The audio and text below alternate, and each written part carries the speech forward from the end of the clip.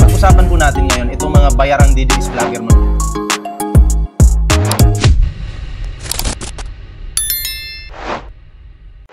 Panoorin po natin itong revelasyon po ni Sangkay. Okay, dito pistado ngayon mga sangkay. Eto, tingnan po ninyo. Naku, grabe to. Sana kayanin ninyo mga sangkay. Kung maaalala ninyo, ito yung pasabog ni Zaldico. Ay lalabas ko. Totoo din po ang sinasabi ni Orly Gutesa na nag-deliver siya sa Malacanang nung siya ay nasa Senado. Para mapatunayan ang mga litrato na deliver. Ayan. Kung maaalala nyo mga sangkay, ito po yun. Ay lalabas ko po together with this video. Ayan, yan po yung mga ebidensya di umano ni Zaldico laban po kay la PBBM. Na ito daw po ay dineliver sa bahay mismo ng ating presidente. Pero may sabit. Ito yung mga may sabit. Ito na, may sabit. Sino ba talaga to? Bakit ba may sabit? So, alamin natin mga pre. Ayan para hindi kayo sumabit, mag-like na kayo dyan, mag-share, mag-subscribe. Ilang likes na po ba tayo? Baka hindi pa tayo umabot na 100. Wala pa yatang 100 eh. Mag-like, share, subscribe na. Diba? Like, share, subscribe. Pautang naman. Hindi ako mangungutang. Ako'y madamot na tao. Hindi ako magpapautang. Madamot akong tao eh.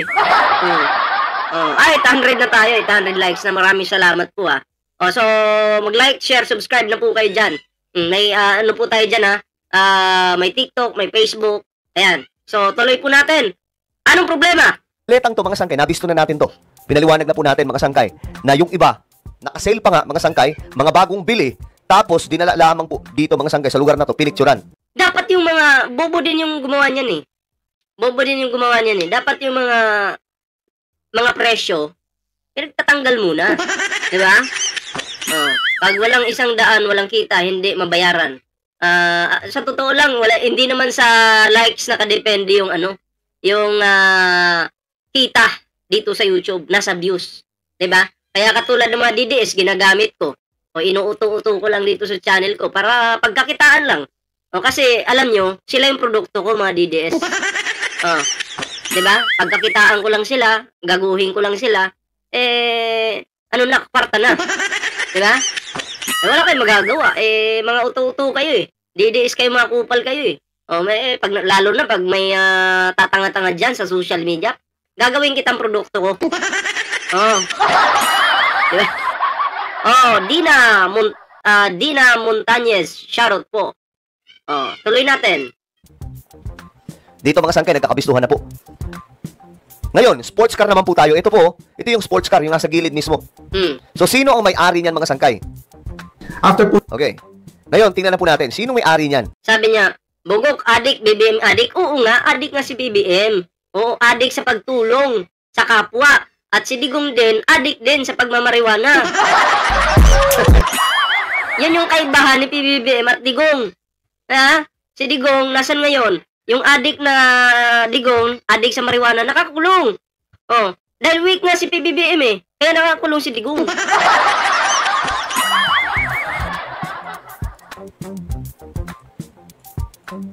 Ito. Pakita natin na maayos. Totoo po yung sinasabi ni Orly Gutesa. Lakihan natin itong kay Sangkay kasi matinding revelasyon ito eh. 'Di ba?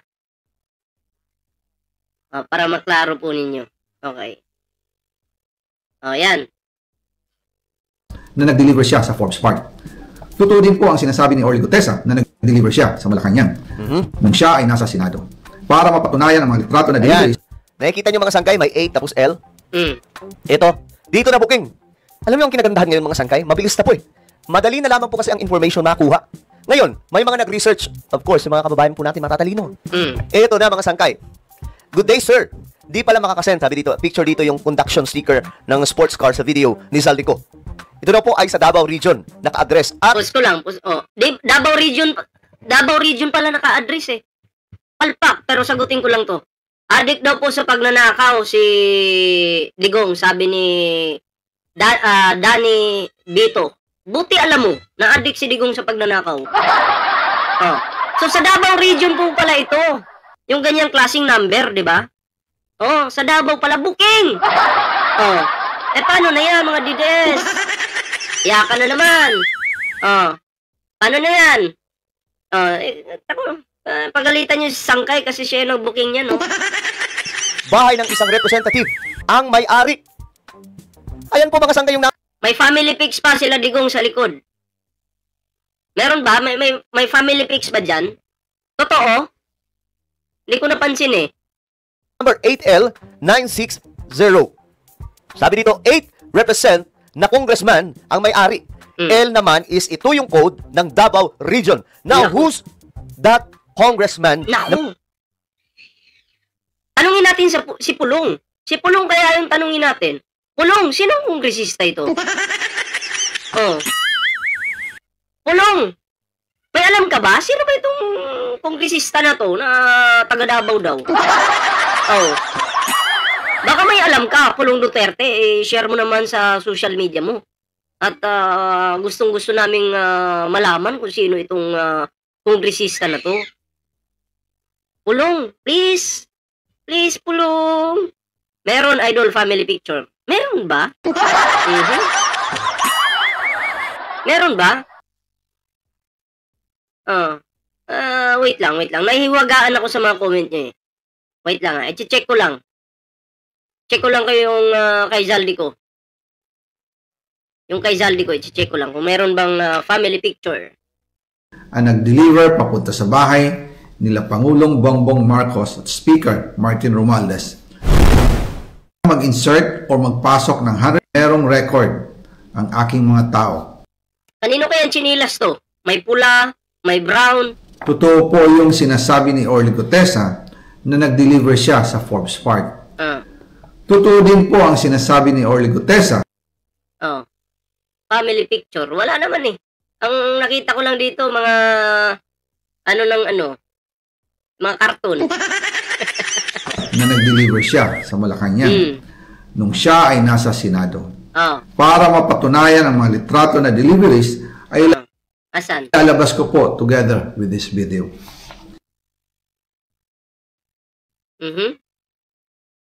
Wala, bagong bili to eh. Kasi anyway, mamaya ko na lang imbestigahan yan. Tuloy tayo dito sa ating reaction about dito kay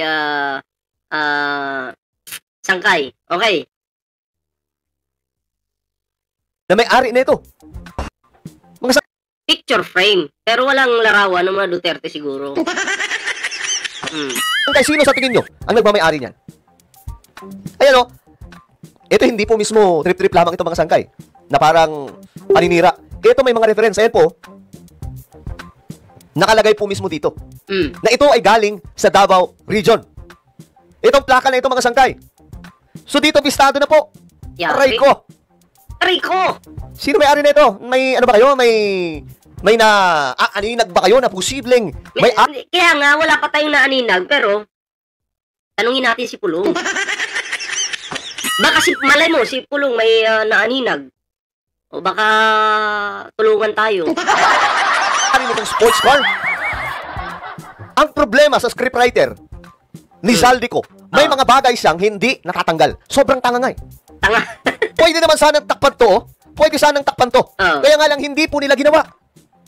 Another thing, mga sangkay, kahit po yung mga maleta, dapat tinanggalan po nila ng price tag. Yun nga eh. Bobo nga. Problema, hindi. So, nabuking. Nasa SM nga po, binibenta pa. Yung isa pong nakalagay doon na sale. Ngayon, mga sangkay, saan ang galing? Ano ba to? Anong yung shinare na, to? Yung nasa Facebook. Check na natin. So, ito pala. So, pakita natin. Grabe itong mga, yung mga loyalista. So, may mukha po ng may mukha po ng mga pamilyang Duterte dito.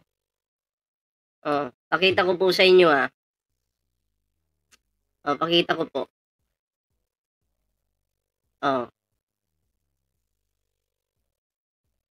Ayan. Okay, no, bahala mag-imbestiga dyan, pero eto yun. Grabe, iwan ko kung edited ba to, pero parang hindi naman, Parang hindi naman. Mukhang totoo naman eh. Ayan ha. Daming maleta niyan ha. Pero ang tanong, totoo kaya ito o hindi? Hindi pa po tayo sure. Okay? Kung AI ba ito o hindi. So, check ko pa mamaya after ng live ko. Ha? So, yan. At least may ano tayo dyan. May video tayo, may larawan tayo. Eh, syempre mga pre, ayaw naman natin magpakalat ng fake news. Kaya alamin po muna natin kung ito po ba ay may katotohanan o hindi. Kasi ang AI ngayon, talagang hindi mo na malalaman kung ano ba to, totoo pa ba to o hindi. Diba?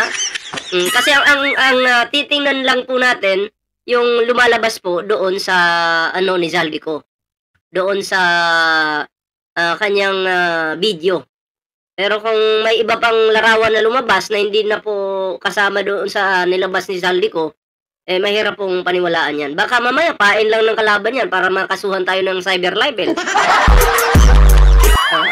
May mga ganun eh, 'di ba? So, tayo po ay mag-iingat at mag-iingat din po kayo, maging mapanuri po kayo sa mga nakikita po natin sa social media. Okay, tuloy po natin itong kay Sangkay. Alin kaya ito? Ayan po. 8L. Ano sabi doon? Ang L ay ang ibig sabihin niyan, mga Sangkay, ito po ay mula po sa Davao Region. At itong 8 naman, ito po ay nagre-represent na isa pong kongresista ang may-ari nito. Ayan po mga Sangkay, andito po yung link. Makikita po natin. So ang tanong dito, bakit sa Davao Region ito? Bakit galing sa Davao ang picture? Ay, shoutout po muna kay Tayong Pinoy TV. At syempre kay Tony Salinas, 1958. Shoutout po. Goodness! Ito hindi po ito paninira mga Sangkay. Ito po ay totoo na nahanap. Ayan po mga Sangkay. May link. Ayan o, may mga link pa po mismo mga Sangkay. Ito yung mga link. Shoutout. Ng mga plaka. Mula po sa LTO. Madali lamang po hanapin yan mga Sangkay. Try nyo. Ay, paano na? Bakit nyo ako saan si PBBM? Eh, mukhang galing Davao yung mga maleta na yan. Diba? Sasabihin nyo na sa katotohanan kayo, pero ayan may mga ebidensya na po lumalabas dyan. Supporting evidence po yan na yung mga ganyang plaka, Davao. Alam nga naman, yung sasakyan na yun, nasa Manila lang. Ang bigat nun. Siyempre, malamang sa malamang, Davao yun. Baka nga, nasa Davao, di ba? Oo. So, sino po ba yung totoong nakinabang sa flood control na yan? Sino? Ang Pangulo ba talaga? Ako naniniwala ako si Zaldico na kinabang yan. Pero alam ko, meron pa pong kasabwat yan. Kasi nga, bakit ko po nasabing meron pa pong kasabwat yan? Tropa eh. Diba? Tropa. Ma'am Susan Vergara, shoutout po ha. Tropa eh. San ka pa? Diba? Kaya sabi ko nga, meron at merong kasabwat yan. At yung pagiging tropa nila na yan, konektado yan dito sa tinatapik po ngayon or tinatapik po ni Sangkay. Diba? Yan ay sarili kong ano lang yan. Sarili kong ideya. Diba? Inyong hanapin ang plaka na mula sa Davao Region. Ayan mga Sangkay, Diyos mo, nakakaano to. My goodness. Ayan yung sa L, Grabe. Ito yung sa L. Basahin po natin. Vehicle Registration Plates of the Philippines Coding Scheme. Geographical Designation. Ito, A, Region 1, Ilocos Region. B, dun tayo sa L. Ito yung L, Davao Region. Oh my goodness. Sino ang may-ari nito? Zaldico. Sino may-ari nito? Yun yung dapat imbestigahan ng ating gobyerno. Sino ang may-ari ng sasakyan na yun? Ito, sino ang nag-picture nito at nag-post? Nakapakabobo. Galing, alam nyo, sasabihin ko rin sana na magaling. Nakapakabobo na nag-post. Ang gumawa ng scriptwriter, pero hindi po Tanga ang gumawa ng script ni Zaldico. Tanga ang gumawa ng kwento na booking. Ngayon, tostado na po. Bistado na. Sino ang may-ari kaya nito? Sinong kongresista na galing sa Davao? booking, mga sangkay, oh. Oh, So anyway, hindi na natin pahabain pa yan. At least alam na po natin, no? O, tayo mag-iiwan na lang po ng katanungan. Sino po ba ang kongresistang yun? Na nagmay-ari ng sasakyan na yun. Okay? Dahil sa Davao po yun eh. Pang Davao po yun eh. Yung L. Pag sinabing L daw, di umano sa Davao, di ba? So, sino ba ang nagmamay-ari? Sino ba ang kasabwat ni Zaldico? Kaya tanungin natin si Pulong. Pulong, may alam ka ba dito? Kung may alam ka, paliwanagan mo nga kami para mas lalo naming maintindihan. Kung ito ba ay para maliwanagan lang ang taong bayan. Ha? Mahirap kasi yan yung sarili, yung ginagawa niyang kasinungalingan ng mga DDS. Hindi nila na perfect. Okay? May lumabas pa rin baho. May lumabas pa rin baho. So, paano na yan? Bistado. Yari na. Booking na. Kaya mga pre, anong reaction nyo dito?